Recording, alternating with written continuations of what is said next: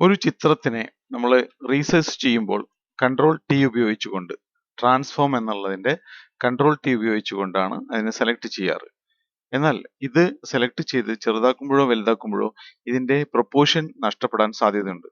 ഇങ്ങനെ നഷ്ടപ്പെടാതിരിക്കാനായിട്ട് ഉപയോഗിക്കാവുന്ന കൺട്രോളുകളാണ് മുകളിൽ കാണുന്നത്. ഈ കാണുന്നതിനെ പ്രോക്സി എന്നാണ് പറയുന്നത്. ഈ പ്രോക്സി സെലക്ട് ചെയ്യുക.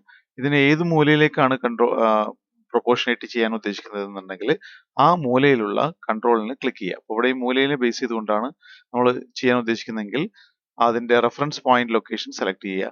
അതിനുശേഷം ഈ കാണുന്ന ബട്ടൺ ക്ലിക്ക് ചെയ്ത് അതിന്റെ ലോക്ക് ആസ്പെക്ട് റേഷ്യോ മെയിൻറ്റെയിൻ ചെയ്യുന്നതിനുള്ള ഈ ലോക്ക് സ്വീകരിക്കാം. അതിനുശേഷം ഡബ്ല്യൂയിൽ ക്ലിക്ക് ചെയ്തുകൊണ്ട് ഡൗൺ ആരോ സെലക്ട് ചെയ്ത് കൊടുക്കാം. ഡൗൺ ആരോ പ്രസ് ചെയ്ത് കൊടുക്കാം. ഇപ്പൊ നമുക്ക് ആവശ്യമായിട്ടുള്ള രീതിയിൽ അതിന്റെ പ്രൊപ്പോർഷൻ കളയാതെ, അതിന്റെ വലുപ്പത്തിന്റെ അനുപാതം കളയാതെ തന്നെ നമുക്ക് ഇത് വലുതാക്കാനും ചെറുതാക്കാനായിട്ടും സാധിക്കുന്നതാണ്.